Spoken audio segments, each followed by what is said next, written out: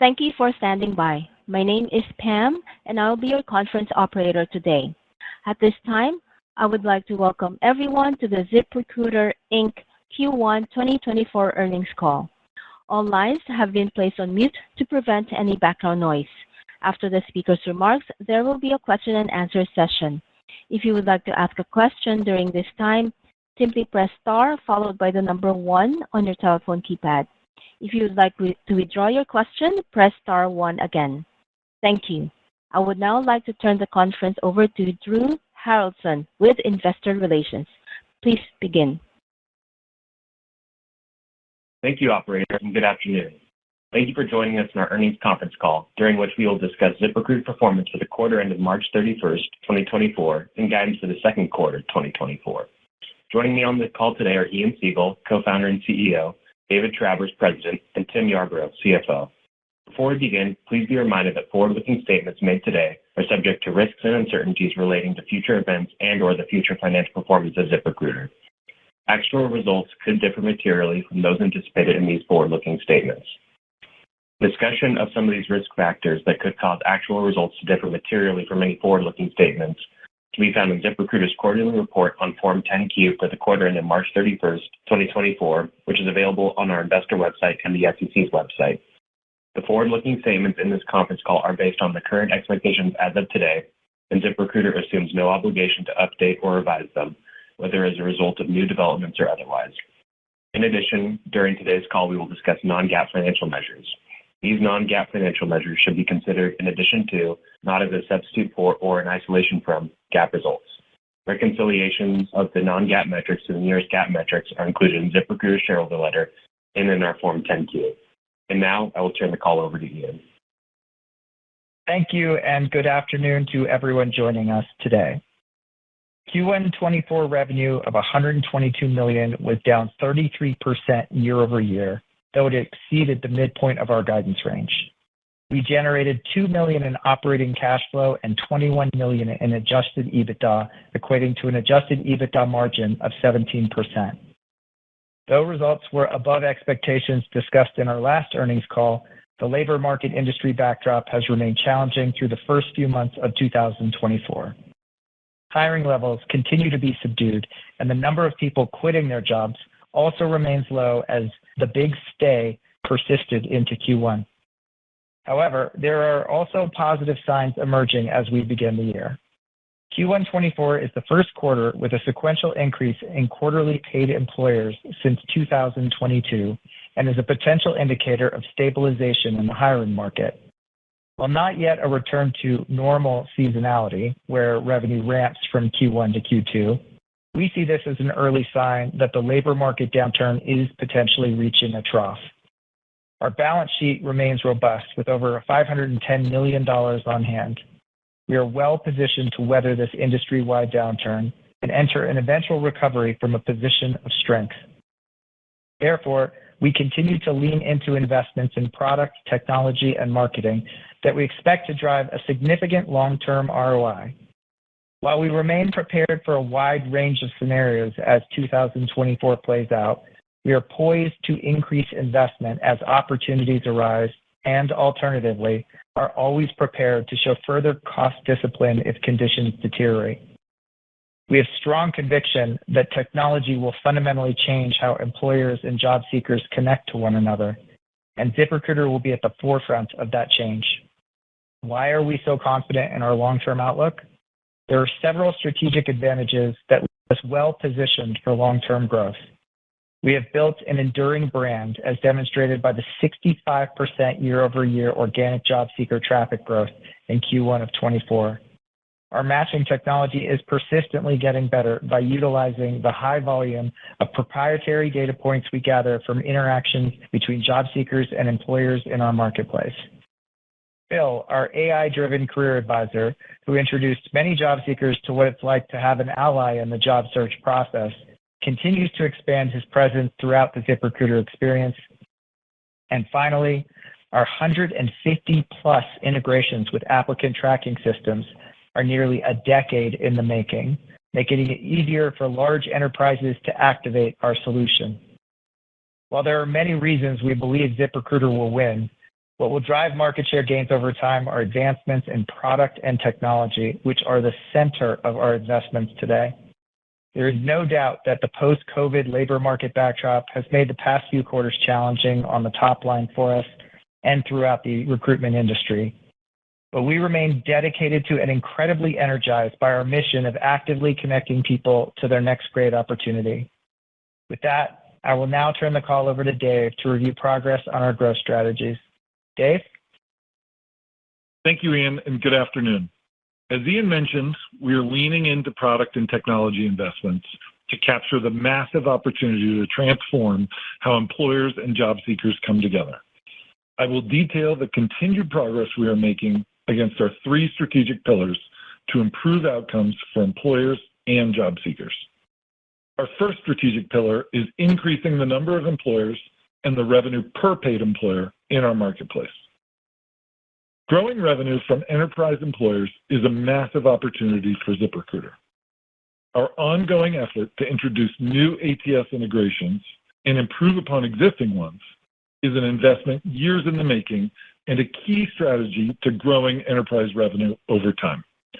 These ATS integrations create value across our marketplace, with job seekers and our ATS partners benefiting from a smoother application experience and employers receiving a higher volume of applications.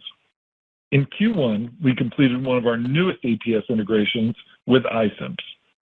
With this integration, employers will be able to seamlessly tap into ZipRecruiter's marketplace and unleash our matching technology to drive talented applicants to their job openings.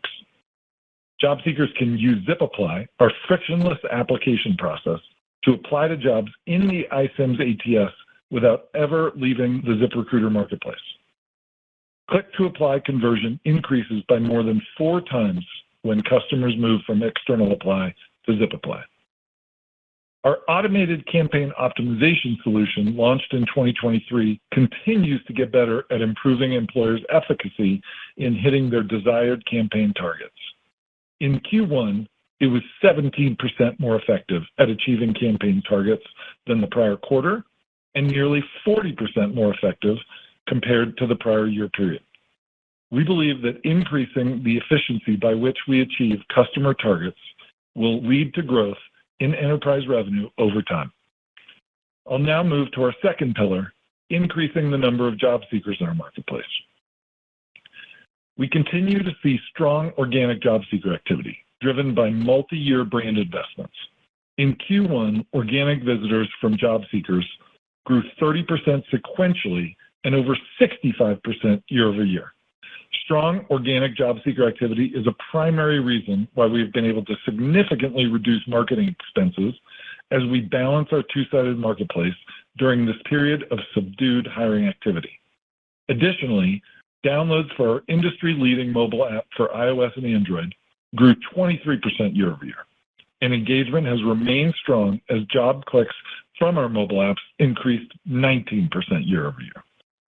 Additionally, in Q1, we streamlined the user experience for job seekers who prefer to hear about jobs via text messaging, which resulted in nearly 7 times more opt-ins than the prior process flow. As our matching technology continues to improve, we send job seekers a text faster about a fresh, relevant job when our technology is confident in the potential match, rather than waiting to only send a text when job seekers are invited to apply to a job by an employer. As a result, applications driven by text messaging grew over 3 times in Q1 compared to the prior quarter. I'll conclude with our third pillar, making our matching technology smarter over time. In Q1, we rolled out an algorithm improvement for some job postings to drive more job seekers toward jobs with fewer applicants. These are great jobs for job seekers because there's less competition from other applicants to get the job. This also benefits employers by optimizing application volume for their jobs. These algorithmic improvements are the result of long-term technology investments, and these investments are bearing fruit. For example, these jobs saw a year-over-year increase of 19% in applications per job in Q1. Now I'll turn it over to Tim to talk through the financial results and our guidance. Tim? Thank you, Dave, and good afternoon, everyone. Our first quarter revenue of $122 million represents a 33% decline year over year, primarily due to continued softness in hiring demand. Quarterly paid employers were 72,000, representing a 32% decrease versus Q1 23, but a 1% increase sequentially. Notably, Q1 24 is the first quarter with a sequential increase in quarterly paid employers since 2022, which is a potential sign of stabilization in the hiring market. Net loss was $7 million in Q1 24, compared to net income of $5 million in Q1 23 and $6 million in Q4 23. Q1 24 adjusted EBITDA was $21 million, equating to a margin of 17%, compared to $35 million, a margin of 19% in the prior year period, and $42 million with a margin of 31% in Q4 23. Net income and adjusted EBITDA decreases both year over year and quarter over quarter are primarily related to revenue declines. Cash equivalents, and marketable securities was $513 million as of March 31st, 2024, compared to $520 million as of December 31st, 2023. Moving on to guidance, our Q2 24 revenue guidance of $117 million at the midpoint represents a 31% decline year over year and a 4% decline quarter over quarter. Our adjusted EBITDA guidance for Q2 24 is $15 million at the midpoint, or a 13% adjusted EBITDA margin. While this is not a return to normal seasonality where revenue would ramp from Q1 to Q2, the midpoint of our revenue guidance would represent the lowest sequential decline we have seen since 2022. Our adjusted EBITDA guidance reflects a modest increase in operating expenses as we continue to hire top talent to invest in product and technology. Assuming continued signs of stabilization of the hiring market referenced above, we believe it remains prudent to continue long-term product, technology, and marketing investments in our marketplace, yielding low to mid-teens adjusted EBITDA margins in 2024. We are constantly assessing the state of the labor market, letting data lead our decision-making. We are poised to increase investment as opportunities arise, and alternatively are prepared to show further cost discipline if conditions deteriorate. ZipRecruiter is well-positioned to take advantage of an eventual labor market recovery and emerge from this challenging period for the industry from a position of strength. With that, we can now open the line for questions. Operator? Thank you. We will now begin the question and answer session. If you have dialed in and would like to ask a question, please press star 1 on your telephone keypad to raise your hand and join the queue. If you would like to withdraw your question, simply press star 1 again.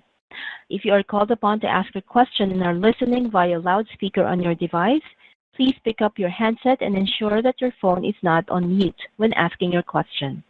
Again, press star 1 to join the queue. And your first question comes from the line of Trevor Young with Barclays. Please go ahead. Great, thanks. First one, can you just talk about the cadence of growth throughout the quarter?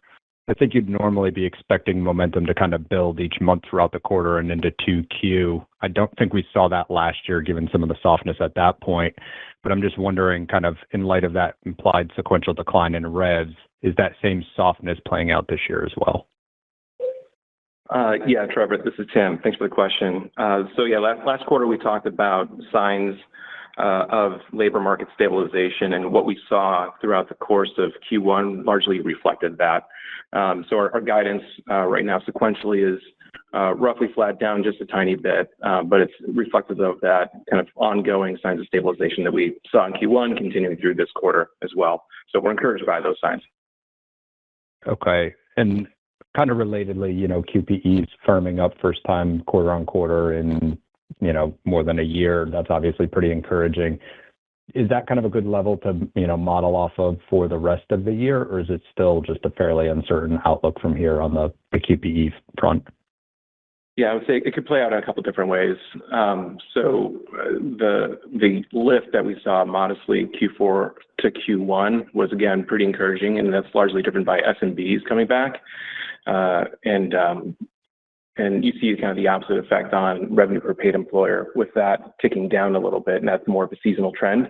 So for the rest of the year, it really does depend on, to the extent that this flattening that we've been seeing continues out. To the extent that it does, then I would expect that number to remain fairly flat throughout the course of the year.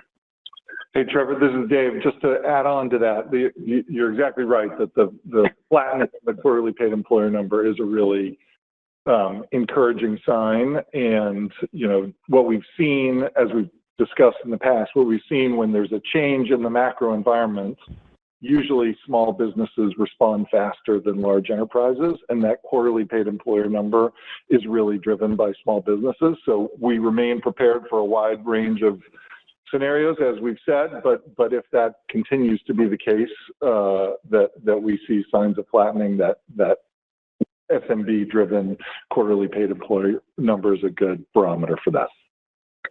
Okay, great. Thanks both. Hopefully that positive momentum continues. Your next question comes from the line of Ralph Schackart with William Blair. Please go ahead. Good afternoon. Thanks for taking the question. Maybe just to bolt on the prior question, just curious what the trend line has been, I guess, post Q1, if you've observed any sort of change in pattern or if it's sort of consistent with what you observed in Q1. That's the first question. I have a follow-up. Yeah, I think the pattern is largely consistent with what we saw in Q1. So definitely not a return to the seasonality that we would normally expect, where Q2 would be sequentially higher than Q1. So we haven't seen that.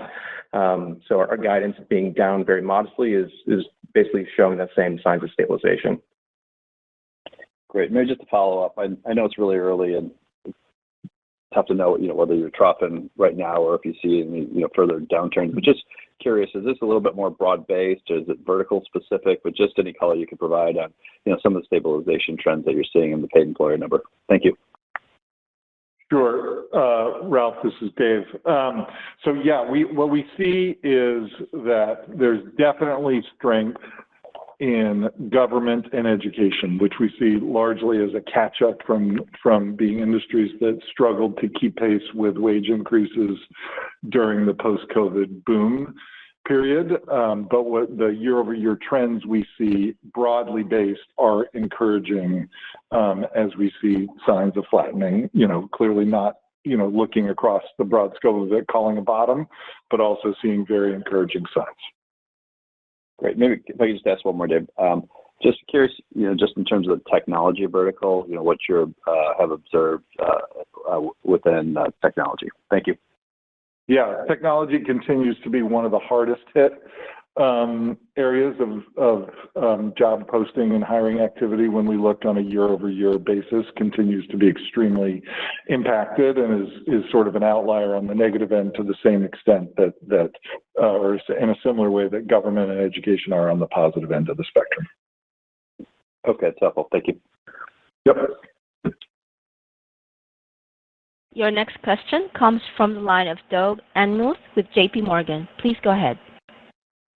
Thanks so much for taking the questions. Guys, if you play out the scenario that things have troughed and maybe start to turn a bit here, can you just talk more about how that informs your investment approach, and what are some of the immediate steps you take as you lean back in more?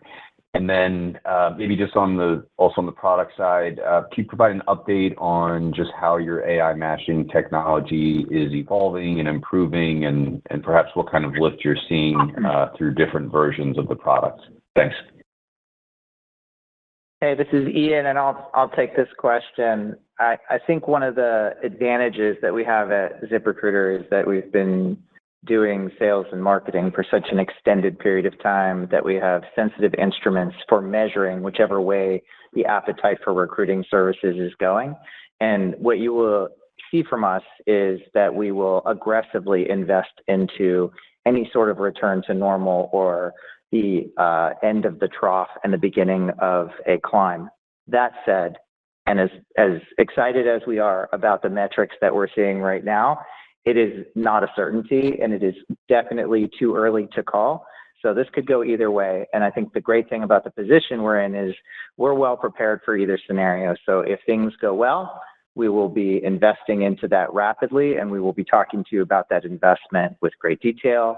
If things continue as they are, we will continue as they are. And then, of course, if things were to get worse, we would make appropriate austerity cost cuts in order to address that. As far as our AI goes, we're just excited about what's happening with our AI across a wide variety of areas within our business. First of all, Phil, our AI personal recruiter, has been truly transformational to the job seeker experience, and that's measured quantitatively through the multiple engagement metric improvements that we've seen in a variety of different areas of the site. That's everything from onboarding, to suggested jobs, to Phil pitching these candidates to employers. I mean, one of the really telling metrics and impressive things that Phil was able to achieve is we now, for new job seekers that come to the site, as we reported a couple quarters ago, over half of them are getting direct outreach from an employer within 24 hours of first signing up on ZipRecruiter. And a lot of that is being driven by this AI matchmaker role that Phil is playing for us. So that's just indicative of the kind of power that this technology has. But then further, you can just see the persistent drumbeat of improvement across so many of the different algorithms that we use. And we're continuing to update you guys and report on these various improvements, which individually, each of them has a small impact, but because of the cadence with which they're being delivered, our service is just getting better and better, both for small customers and for large customers. And it was really highlighted by this last quarter, where we see a 19% improvement in the average number of applicants that SMB jobs are getting, which is a truly fantastic improvement when you consider the fact that the price did not change for these SMBs, and they're just getting 19% more value. And it's not just value for them, it's also value for the job seekers who are being directed to jobs that are in need of talent, where they have a higher probability of getting hired, and it's just a win-win for our marketplace. And this is Dave. Just to add on to that, to link the two parts of your question, you know, we've talked many times about the flexibility of our cost structure and our business model, and we flexed up and down as market backdrop has changed. AI has really been the consistent area of ongoing investment throughout the cycle. And you can see how R&D has been the most resilient and stable part of our cost structure over the past many quarters. And that's because of the investments we've been making and continue to make, like Ian just discussed. So that's an area where we're going to continue to press our advantage. And we feel very good about the results we've generated so far. And we think we're just getting started. Great. Thank you, Ian and Dave. Your next question comes from the line of Josh Beck with Raymond James. Please go ahead. Yeah, thank you so much for taking the question. Maybe just, wanted to kind of start off with the margins. Obviously, you came in kind of ahead of that, kind of qualitative low to mid-teens guidance in the high teens, and you kind of left that in place, the low to mid-teens, just given the backdrop. So, I guess what investments are kind of rising to the top, and, what would you need to see, I guess, kind of one way or the other, in terms of the macro to kind of adjust that framework? Thanks for the question, Josh. This is Tim. So the margin structure came in at the 17%. So like you said, a bit better than the low to mid-teens. We still feel very good about that for the rest of the year. There might be some puts and takes as we go through Q3 and Q4 towards the back end of the year. But overall, that all assumes, again, a relatively consistent flattening across the board. But to the extent that we see the market softening or deteriorating a little bit more, then we will take action to address that in terms of cost reductions. But on the other hand, if things improve substantially, then we can ramp up that investment too. And the form of that investment in the near term would most likely be sales and marketing spend. Just as we see demand on the employer side opening up, we have a highly metric view of how we pursue those employers. And so we'd be happy to deploy capital with a long-term mindset. Yeah, Josh, this is Dave. Our go-to-market teams are exceptionally good at this. So as we read very rapidly what the results of go-to-market investments are, as an example, we then adjust.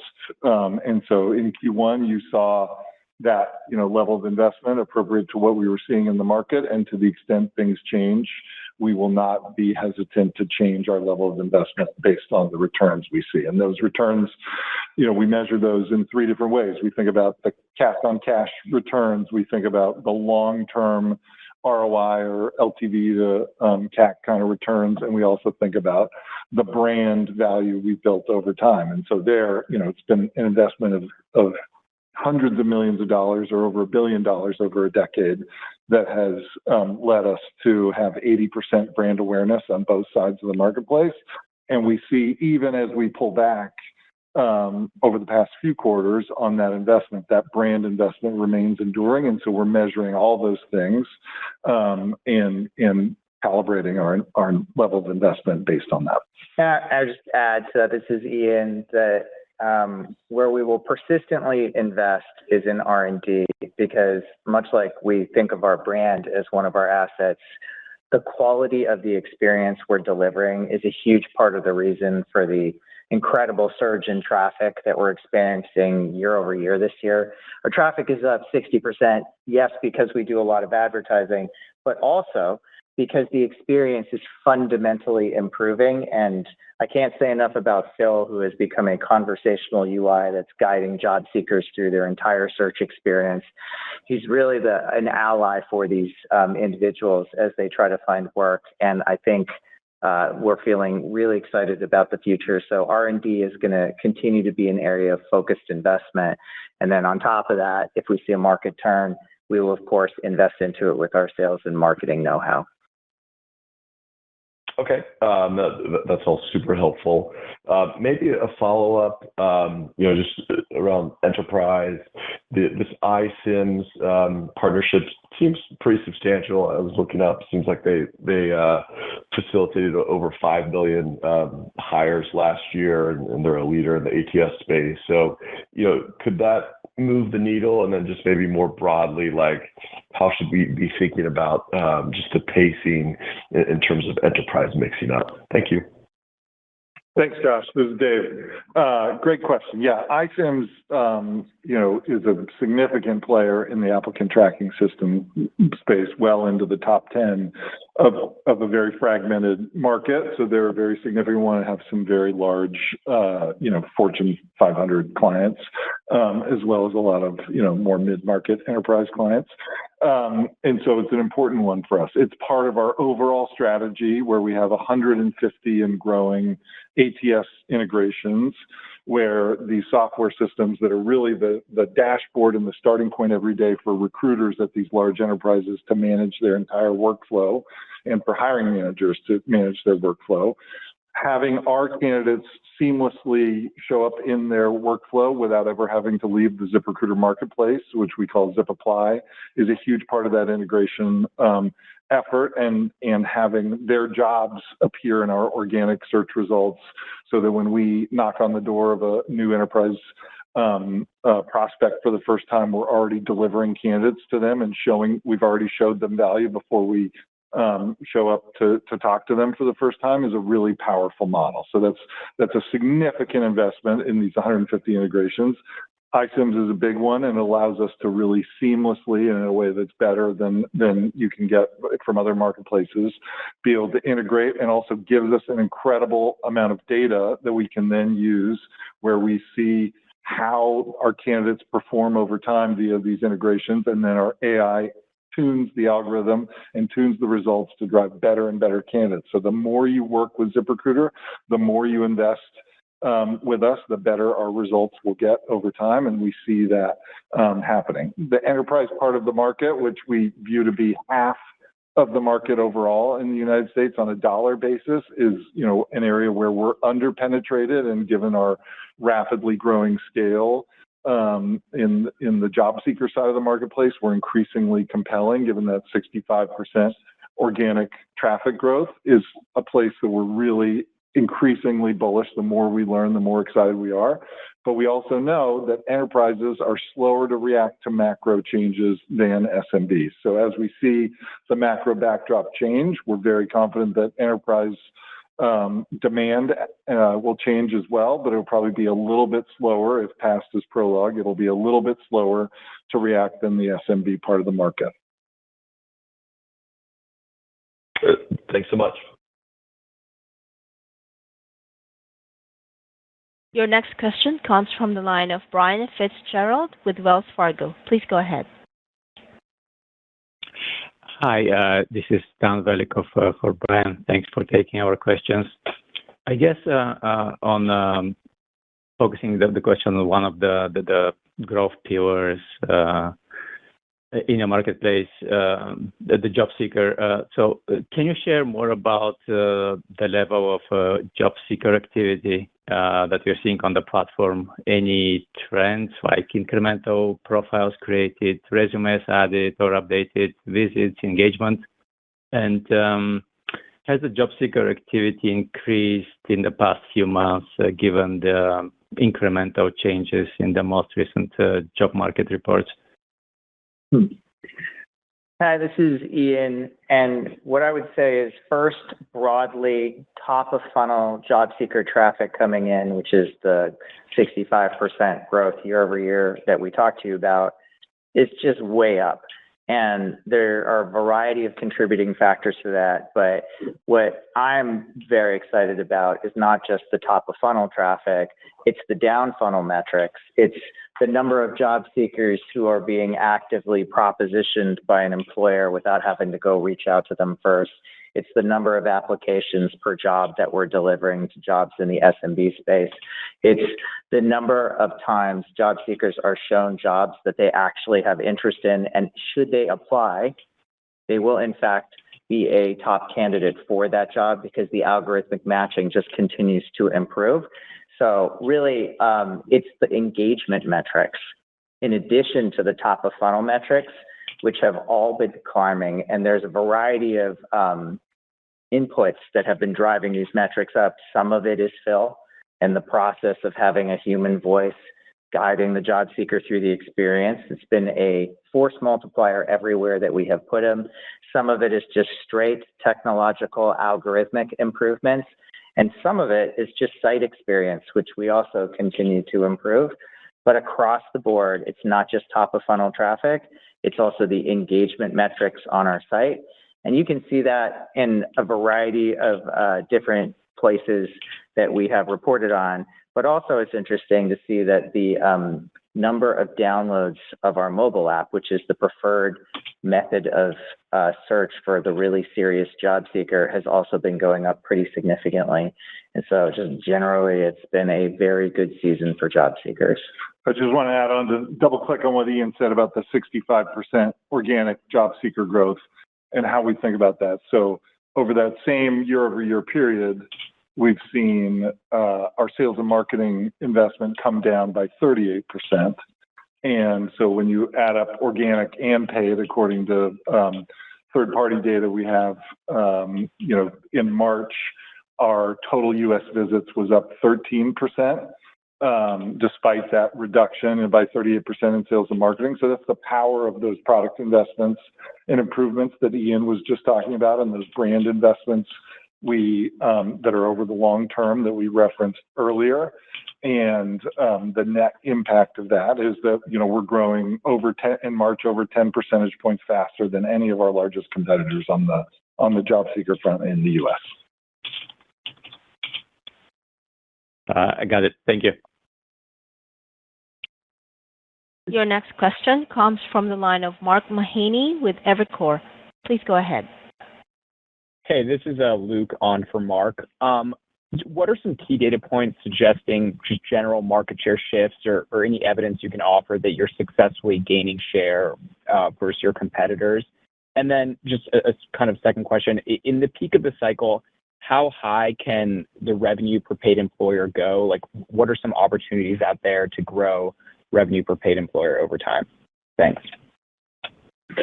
Great. This is Dave. I'll take the first part of that. So, it's a two-sided marketplace. And so I would think about market share in two different ways. One I just referenced, which is, growing the job seeker side in terms of visits year over year by 10 percentage points faster than any other major player in our space.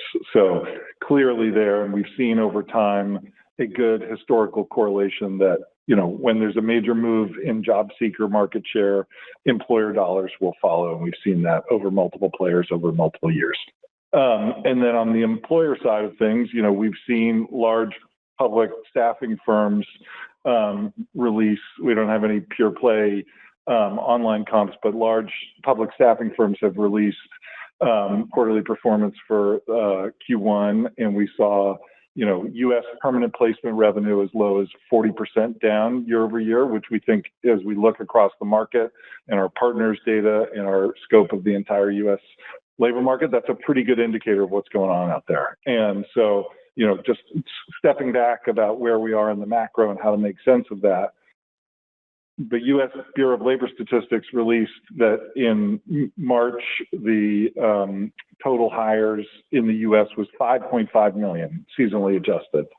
And so if you look back over the last couple of recessions, in 2007, right before the GFC, we were actually above 5.5 million in 2007. And then back the previous recession, before the dot-com crash in early January 2001, we were also above 5.5 million.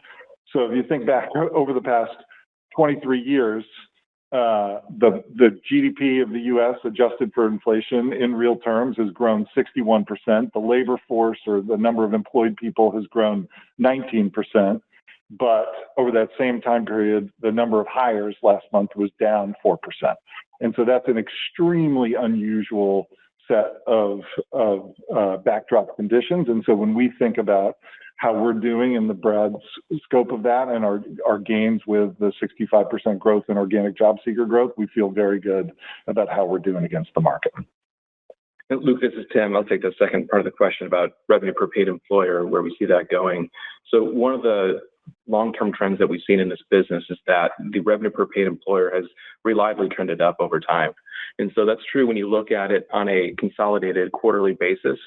And that's also true, perhaps more interestingly, when you look at it on a employer cohort basis. So we've disclosed this a couple times in the past in our annual filings, but if you look at the monthly revenue per employer per annual cohort, reliably those numbers trend up and to the right as each cohort ages. And what we've seen in this last super cycle, and the downside, is that there have been just a few exceptions, but the larger trends, I think, still hold to be very clearly true. Now, where do we see this number going? We have a lot of confidence that there's a lot of headroom in revenue per paid employer. And to that, we can look at the offline solutions out there right now that are often charging anywhere from 15 to even 30% of first year salary. We're not in the same ballpark as that. And so as our technology gets better, and as this overall addressable market of $250 billion starts shifting more towards the online solutions, we feel like we have much more pricing power as our technology gets better and better, and as we continue to win share away from the offline competition. Great. Thank you so much. Your last question comes from the line of Justin Patterson with KeyBanc Capital Markets. Please go ahead. Hi there. Thanks for taking the question. This is Miles Jakubiak on for Justin.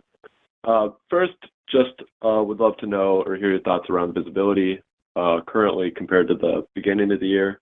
And then second, just would love to hear more about the efforts to improve application rates now that you are seeing strong job seeker trends and the impact that can have to the business. Thank you.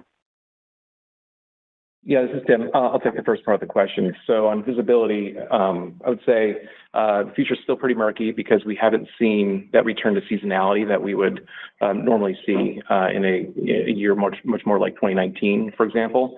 So while we're encouraged by these signs of stabilization and by paid employers being up modestly on a quarter-over-quarter basis, I wouldn't say that we're calling a trough or anything like that. So I would say our level of visibility still remains fairly low, which is why we're still guiding one quarter out. But again, there's more optimism around the trends that we've seen. And this is Ian, I'll take the back half of your question. And when we look at our marketplace, we're very keen to understand what drives good connections between employers and job seekers. That is where a lot of our science goes, and that manifests itself in a number of the product decisions we make, whether it's driving employers to outreach to job seekers so that it's the employer going first, which job seekers love, or it's explaining to employers in such clear terms and making it so easy to display that they have salary on their job descriptions, because that materially increases the number of applicants who will actually apply to said job. And so in our marketplace, we are always looking for the different levers that we can take advantage of in order to increase that application rate. Over the last several quarters, I mean, we have launched a number of improvements that have been driving up this application rate, which has consequently been driving up job seeker satisfaction, which is now manifesting in the surge in traffic that you are seeing today. This is not just about advertising. This is also about actually delivering. And we feel really confident that we are delivering already an exceptional experience, but we're particularly excited about where this will go over time. And like I said, it's not just top of funnel traffic, it's engagement metrics that are up. And we believe that that is a trend that we can persistently drive up and to the right. As just as Tim was talking about revenue per paid employer, we think satisfaction is something where we still have headroom to grow. Thank you. Helpful.